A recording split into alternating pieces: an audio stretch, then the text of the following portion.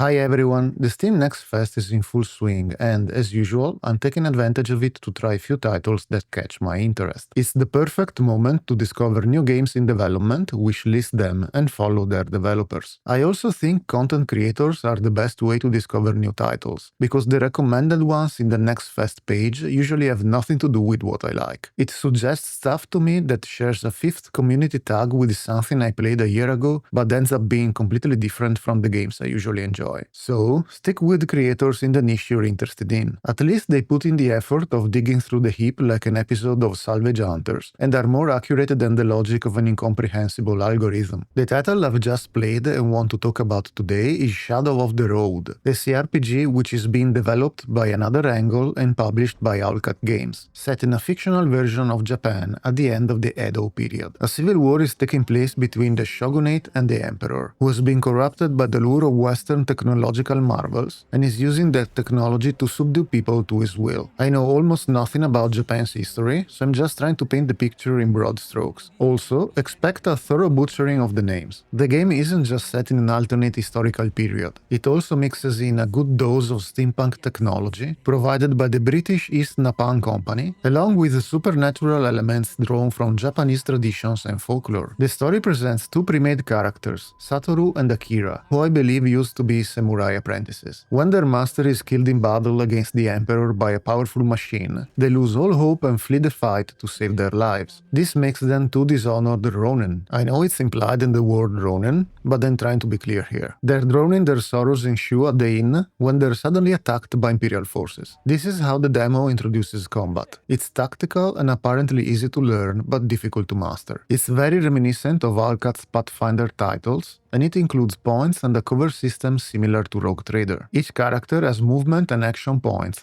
and you can mix attacks and movement. Taking a few steps and attacking doesn't prevent you from going back into cover, assuming you have enough remaining MPs. This was different from Rogue Trader and slightly confusing at first. In Owlcat's game, characters can shoot from cover, over it if it's half cover, or by stepping out of full cover and then back behind it. But in Shadow of the Road that's not the case. I hope they change that in the future. Akira is a ranged character, and taking cover means that any enemy on the other side of that cover becomes obscured and can't be attacked.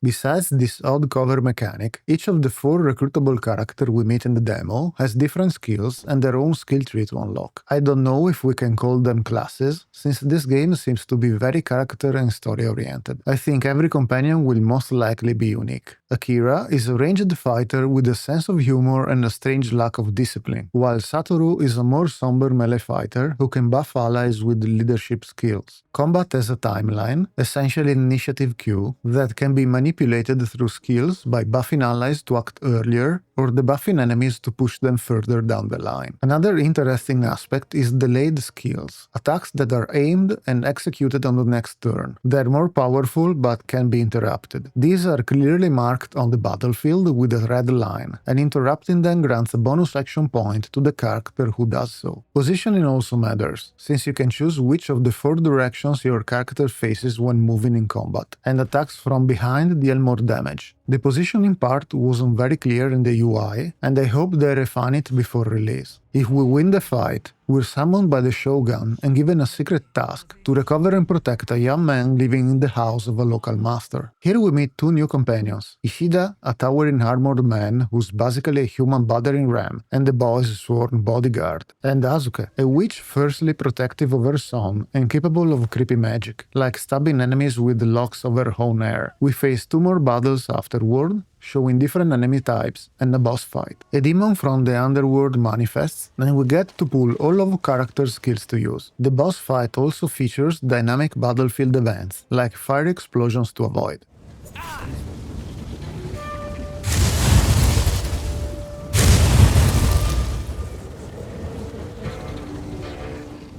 Besides combat, another interesting aspect is the dialogue decisions. Like every good CRPG, we have choices that affect our character's alignment, convictions, and relationships. In Shadow of the Road, these choices help deepen the bond between Satoru and Akira, and I imagine other companions in the full game, and shape our path as a samurai or a ronin. You can check this progression in the character sheet. Speaking of dialogue, the game is partially voice-acted, with cutscenes fully in Japanese. In-game dialogue includes some voiced lines, but mostly short phrases or grunts. I don't expect it to be fully voiced at release.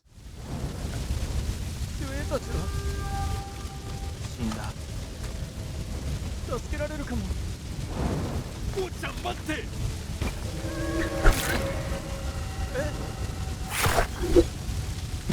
私の息子に手を出すな。どうしろ。可愛い息子。怪我はないか。母上。今のは。アスケ。したいことがあるのは分かってる。だが今はその時ではない。どの刀？ただの飾りじゃないわね。ここは早く立ち去った方が良さそうね。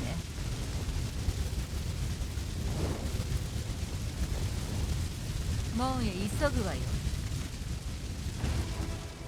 Another cool element is the journal, which not only tracks your current objective, but also includes sections on the characters you've met, weapons, locations, enemies, and more. It feels like lore will be a major part of this game. The demo lasts just under 2 hours. The graphics are solid, on par with other isometric CRPGs that don't have Baldur's Gate 3 levels budget, but they're detailed, with some really nice models. Some animations even stand out. For example, how Hazuke the witch moves when she walks. The soundtrack also fits nicely with the setting, though it's too early to have a full opinion on it.